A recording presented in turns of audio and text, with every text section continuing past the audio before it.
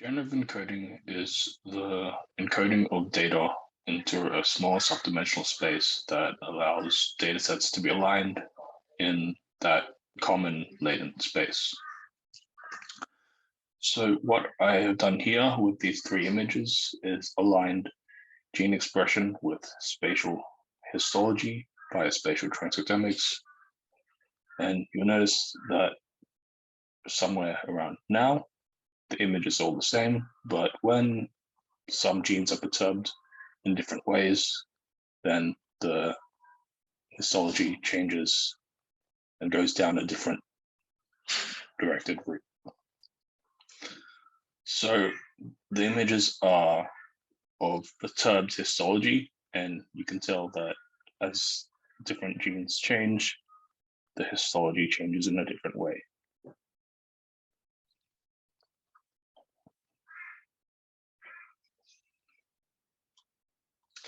So the first method before generative encoding was realized was a method called Callback.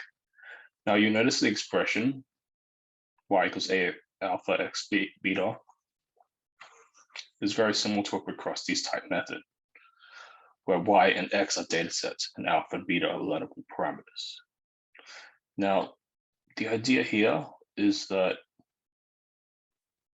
we want to learn a pairwise adjacency matrix, alpha and beta, that are almost like learnable parametric networks or complex graphs. So how this works is alpha is a pairwise association matrix between the samples of y and the samples of x when the samples are along the rows, and beta is an association matrix between the features of y and the features of x when the features along the columns.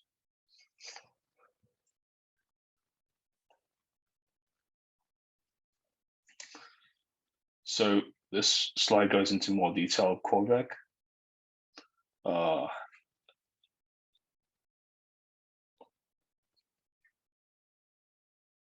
Here I've swapped the rows and columns for features and samples. So along the rows are genes and along the columns are cells or samples. And that is what you generally see in a single cell experiment dataset in R. So as I mentioned before, the ideas are to learn a parametric graph or network or adjacency matrix. But one major problem is that is evident is that the parameters that are learned are not identifiable, and that is similar to a Procrustes analysis where certain constraints are made to ensure a single solution.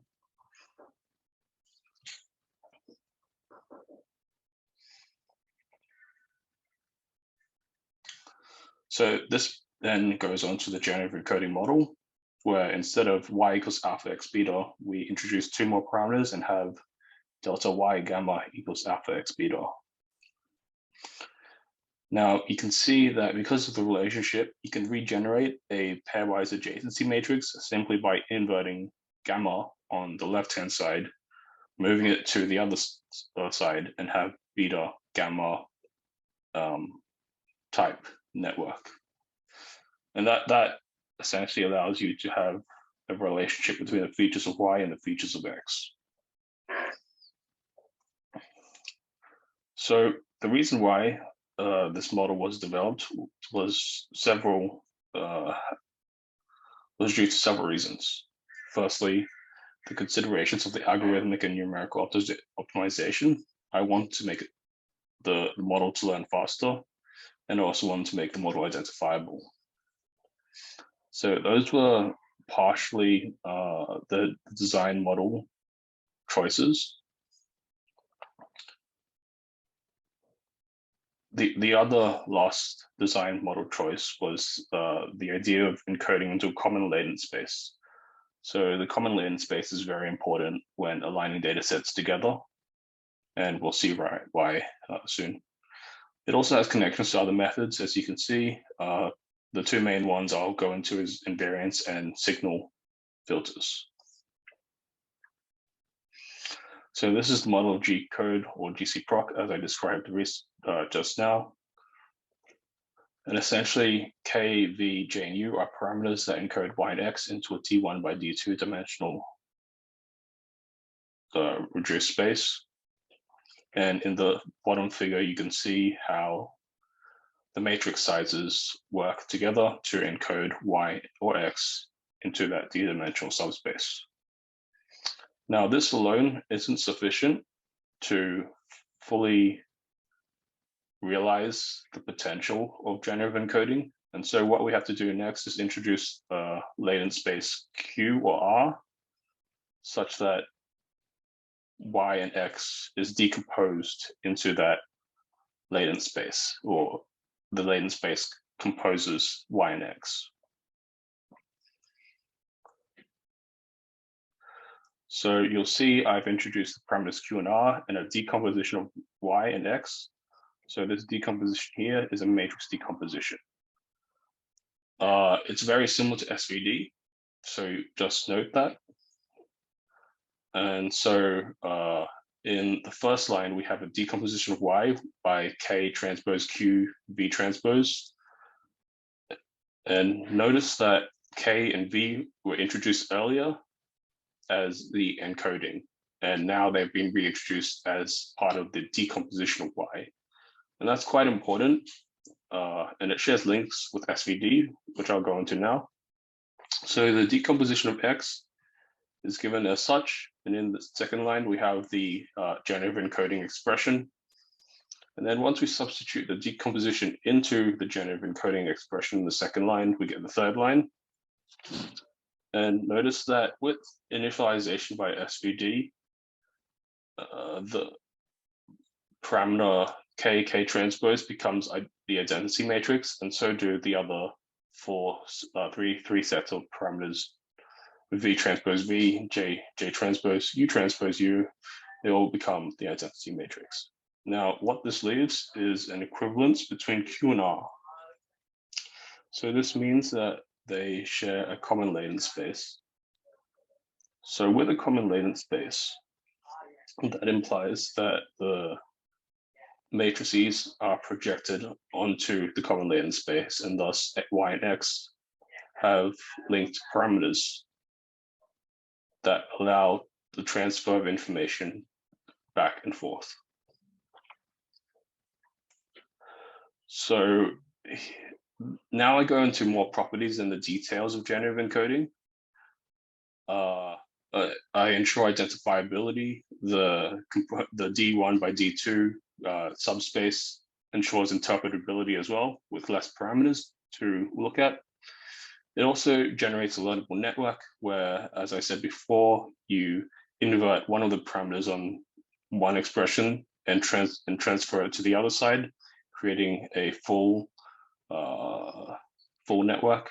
The algorithm is also fast, and the transforms are also fast.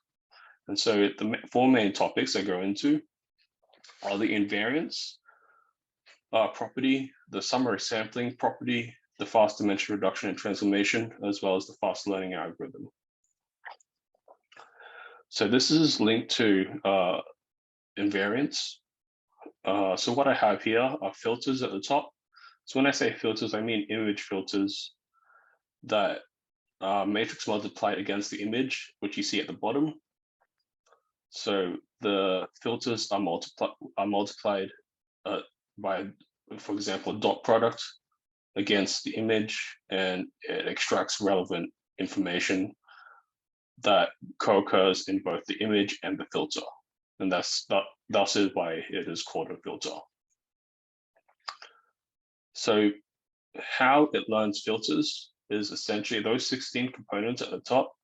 Those 16 filters are actually components of the learnable parameters. So if D equals 16, thus there are 16 components along the feature parameter, and thus that gives a filter component to multiply against the data set. So why is this significant? Well, the filters aren't predefined, the filters are learned. And that's important because that means that the model is learning certain signals about the data set that are important in defining the data set itself. So you can imagine that with an understanding of what the components are and what the parameters that we learn are, that means that the method is actually extracting signals from the data set via the encoding parameters. And that's really important to notice because then that links to biology or the underlying phenomena we are studying. So this means that the generative encoding isn't abstracting away from the data, but it's actually learning signals of the phenomena. And in this scenario of biology, and in particular spatial transcriptomics, it seems we are learning globular cell filters because of the dark round shapes you see in each filter. So it's essentially learning signals of cells of particular structures and shapes. And that is why I believe it is not abstracting away from the data, but is actually learning a set of signals that filters the data into a more usable space.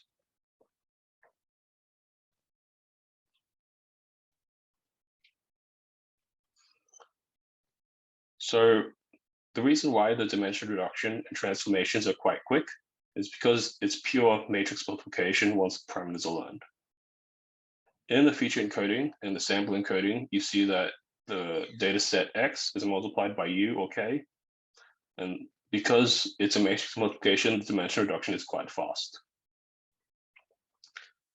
Then the transformation, we have the expression of the decomposition of Y and X.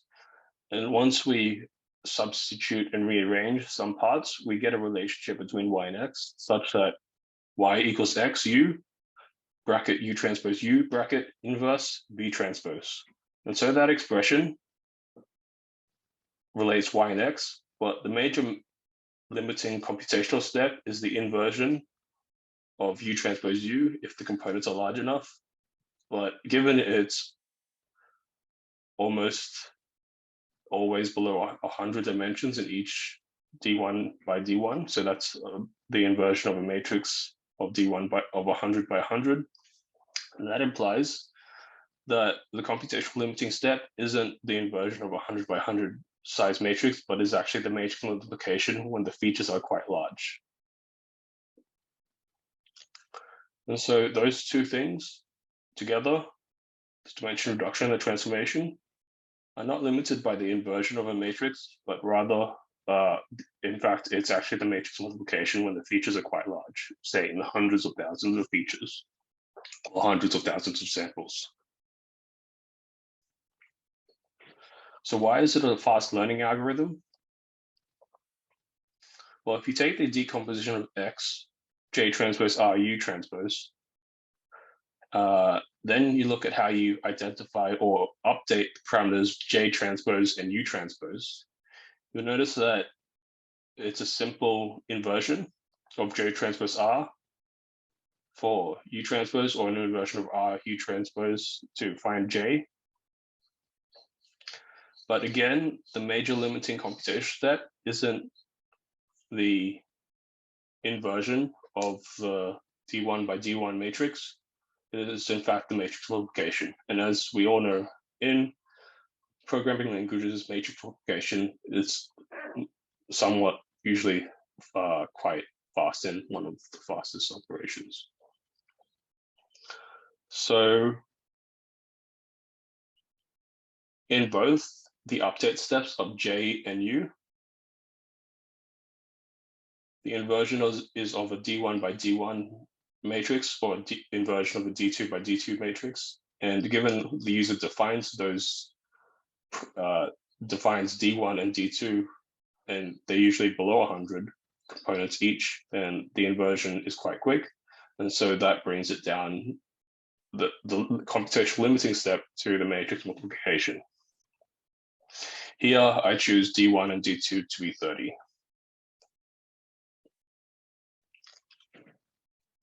So the next step, the next property that I'd like to talk about is summary sampling. So what summary sampling does is essentially reduces the sample space to a lower dimensional space. So let's say if there are 10,000 samples, reduce them to, say, 500 samples. And when you run the regression on the 500 samples, summary sampling via the 10,000 to 500 reduction essentially gives the same regression performance as when run on the 10,000 sample data set. So that's surprising, and I show you why soon. In fact, the expression here, the equations, sort of give an idea of how it works. In the top line, you have the standard regression equation, y minus fx with certain parameters, theta. So that's a loss function. And then what happens when you take one of the parameters of the generative encoder and encode the sample space with the parameter alpha of both y and x. If you follow the expression in the second line, you essentially allow alpha to be multiplied by y and x, where alpha is a pre-chosen has a pre-chosen number of dimensions, so say 500 dimensions, and that reduces the dimensional space of the samples from 10,000 to 500 with the matrix multiplication of alpha. Now, alpha is also a function, so we call it g in the next step. And with mathematical machinery of rearrangement and certain function properties, we essentially come to the conclusion past the third line into the fourth line that the expression is equivalent. The full y minus fx theta is equivalent to alpha y minus f alpha x theta. So that's really the idea of summary sampling, where you reduce the sample space to a smaller dimension. And the idea is essentially learning structure in the data such that you can find a parameter when matrix multiplied against the sample space, or when it operates against the sample space, it brings and summarizes the samples to a closer neighborhood, and thus brings out more structure or reveals more structure through greater summarization. So here I show some of the results of sample summarization. In both plots, I run a multi-layer perceptron against summarization by SVD and generative encoding. And the top box plots are the mean absolute error, and the bottom box plots are the runtime distribution. So with the mean absolute error, you'll notice that the multi-layer perceptron has quite a low error range, while SVD has a very large error range. But surprisingly, when you reduce the full sample space that the multi-layer perceptron is run on with generative encoding via summary sampling, you get an improved performance despite a reduced number of samples. And that is quite surprising in itself. Now, with the runtime distribution, it is evident that with reduced samples, the algorithm would run much faster, and so it does for both SVD and G-code, while multi-layer perceptron runs quite slowly relative to G-code. And thus, here with summary sampling, you get a benefit in the error range while also reducing the runtime, which is quite impressive. And the archive results are on the link on the left with the GitHub above it. So yes, summary sampling, which is a property of generative encoding, is quite a surprising result. And it is something that I'd like to go into more. So the next topic is perturbing histology by changing the expected gene expression levels of the particular image of interest. And the package here is called GeneCode-R. So there are many ideas that can be asked of how perturbation of a histology image can be used. And the main points are whether the perturbation of histology can define better developmental trajectory of tissues and cells. Could it also be a platform that looks at temporal changes of perturbations? As I showed in the very first set of plots, by changing different, if you remember the three figures on the very first introduction slide, even if you take three expected gene expression values and you change individual genes at different individual genes, you essentially take them down a different differentiated route. And that's what we saw in the first set of plots. So with this in mind, of both the developmental trajectory and the differentiated routes, could it be somehow involved in a database where you could map out the perturbations and the interactions between genes and images, and how the gene expression affects the perturbation of the image? And so, in effect, you could bring in more data and other modalities. And for one example, could the introduction of genetic variant data allow for more information to be mapped between the gene expression and the spatial tissue? So with more modalities, it could improve or extend what we understand about generative encoding and the perturbation of histology. So that's regarding the biology understanding. The other idea is of machine learning. So can generative encoding, by perturbing the gene expression, can it allow for augmentation of deep learning methods and improve the performance of any method that requires both image and gene expression?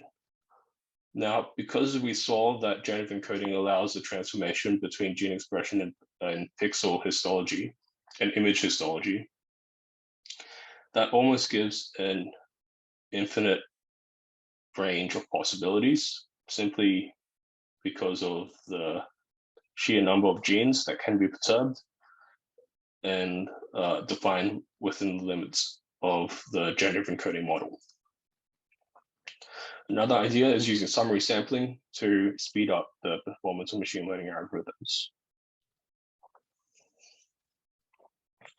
So in the next few slides, I look at generative encoding in particular and see how it performs against several tests. The first one is transforming histology to gene expression, and then comparing the transformed gene expression with the observed gene expression. Now, as you can see on the left, on the right, the correlation is actually the cosine correlation and not the Pearson correlation. I would need to fix that at the bottom. So this is a cosine correlation, and it shows that it is quite high for the sample-wise and gene-wise measures. And so this first test of just comparing the expected gene expression with the observed gene expression shows that there is enough signal being picked up by generative encoding. In the next step, I look at spatial rotation, such that rotating the same histology spot doesn't give different gene expression values. And when I test it against the observed gene expression values, I get no statistically significant difference across the rotations. The next one is about displacing the spatial spot. So if I have the main spot in dark gray and compare it with the displaced spots in the rainbow colors, does it change the gene expression profile significantly? The results show that with increasing displacement, there's increasing statistical significance. So when we, if you see on the table on the bottom right.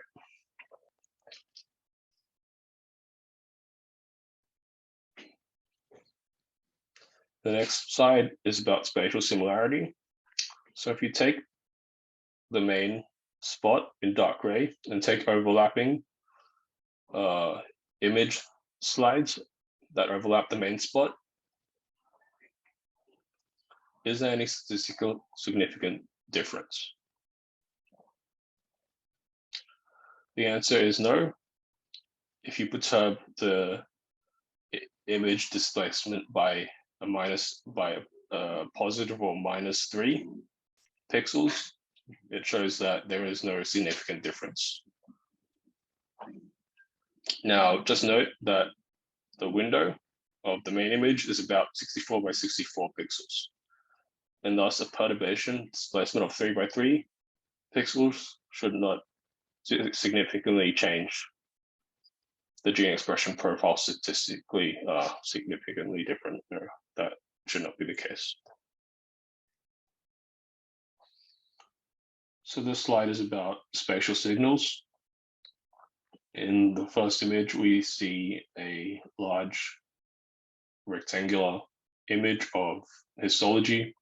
And so if we take the certain windows of that image and slide that window over the image at regular fixed intervals, does the transformation of those windows into gene expression, does it also give a signal in the gene expression space? The answer is yes. If we fit a spline to that gene expression of a single cell, we essentially fit a spline that has a high R squared or high correlation between the fit and the points. And that's what we see in the bottom right-hand plot. And in the top plots, we essentially have the adjusted R squared for the first most variable gene on the left, the second most variable gene in the middle, and the third most variable gene on the right. So the spatial signal shows that, the spatial signal test shows that there is relevant information being represented in the transformation of the generative encoding model. So this is more about the machine learning rather than the biology. Essentially, I asked some questions about whether summary sampling can improve the learning or training of neural networks, and can augmentation via generative encoding perturb the histology in such a way that improves deep learning training. So on the right, I show perturbations.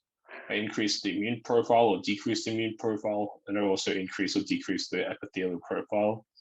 And we definitely see as the gene sets are altered by increase or decrease in expression levels, so does the corresponding image perturb.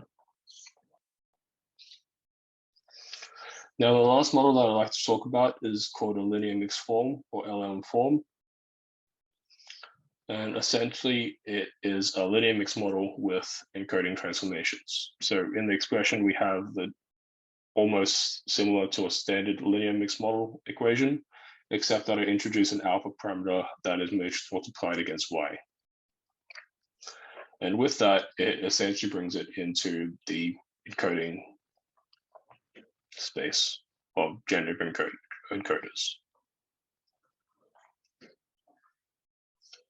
So the idea stems from the fact that linear mixed models are quite successful in genomics, and so can the same method's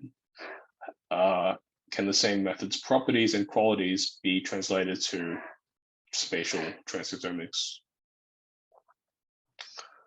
So the reason why it's successful is that it can consider many covariates, and thus allows it to be more flexible through the random effects and the fixed effects of the model.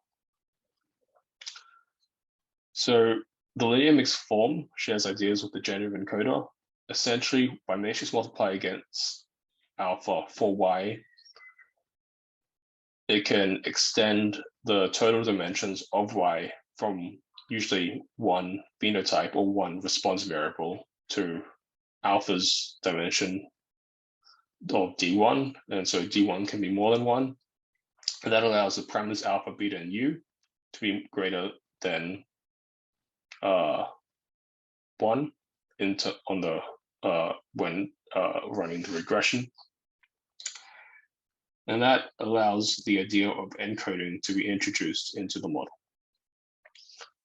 So if we also introduce the latent space and decompose y, similar to the decomposition of y in generative encoding, instead of having a full decomposition of both the sample and the feature spaces, we only decompose it into a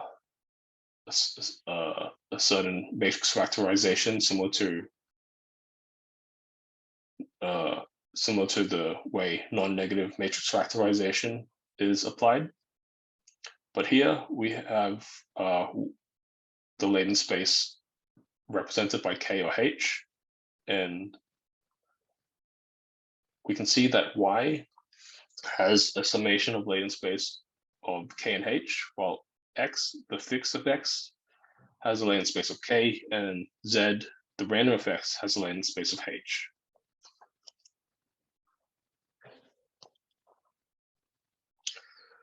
So with that, we notice that the fixed effects and the random effects have their own latent components. And because they have their own latent spaces, but are combined together in the response variable, where you sum k and h together, that ties the model together such that both the random and fixed effects compose into the response variable y.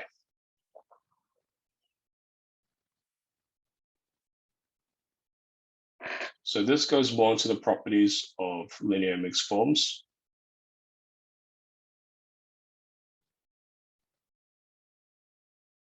And essentially, if we rewrite the full expression of y alpha equals x beta by zu plus a random residual error, we get the following expression at the top. Now rearranging, we get the the middle expression. And so we can see that the fixed effects, the expression is of k alpha transpose alpha equals k beta beta transpose beta. And the random effects are from the latent space h with the parameters alpha and u. So this means that the design of the algorithm is similar to generative encoding, and it also shares the speed of generative encoding as well.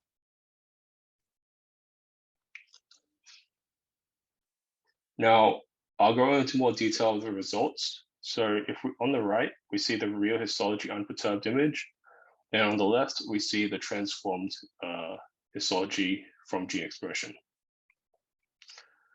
Now, the images are quite similar, and the structures are shared. The background color is quite different, though, due to the background in the real histology to be uniform and covering a large area. But you'll notice that the details of the linear mixed form is much finer than the generative encoder. And so now I go over different images, and I'll slowly just slide through each image.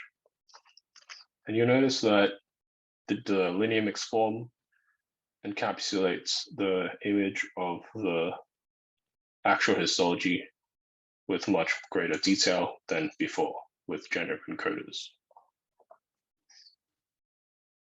So just remember the past 5 slides now are all from the train set.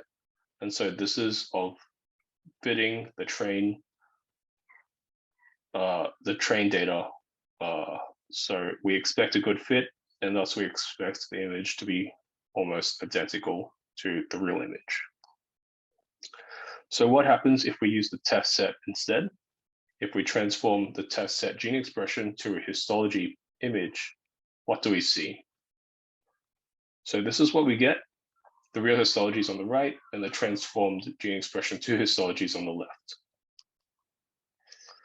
Now, while the images are quite different, we do notice several important factors. That the color of the extracellular matrix, and in general of the slide, are very similar. We also notice that the number of cells represented by the dark globules on the left are similar to the number of cells represented on the right. We notice that the relative cell size to each other, as well as to the total image and other cells, while not identical given the training of the model, they are relatively similar in terms of size compared to each other. And just notice that the details of the structure, color, and shape of the linear mixed form is better than the generative encoding model. So now I go over more of these transformations.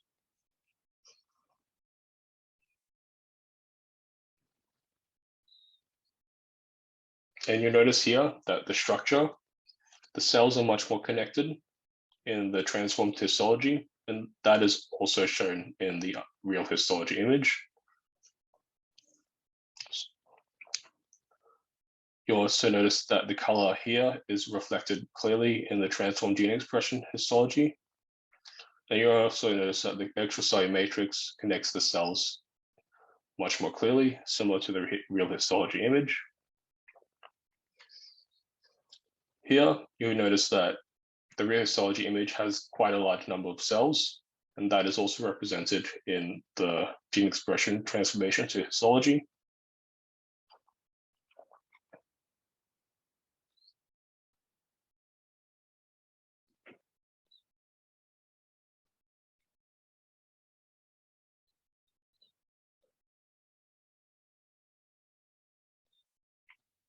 And so that brings the summary of this generative encoding talk together. So I've introduced the model Callback at the start to learn a parametric network, and then brought the ideas forward to encode the network into a smaller space via generative encoding. I also introduced the idea of summary sampling to reduce the total number of samples to a smaller subspace that allows a faster, more efficient regression. I then introduced gene code R, which is a wrapper of generative encoding, and is essentially the idea of perturbing histology by changing the expected gene expression of the image. And then I introduced a method called linear mixed forms, or LM form, that has a more accurate representation of the signals or images in the data set.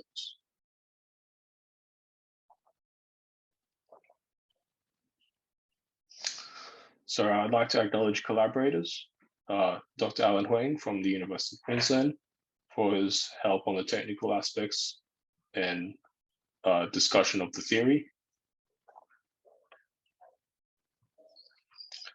And I'd like to thank the following people for inspiring the work, either by discussion of the model itself or previous models,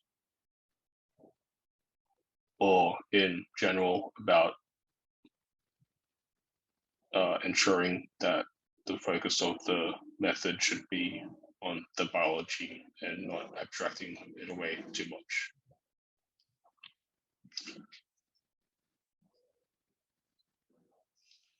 So this is from us Explain, and our mission is to create great collaborations from science to industry.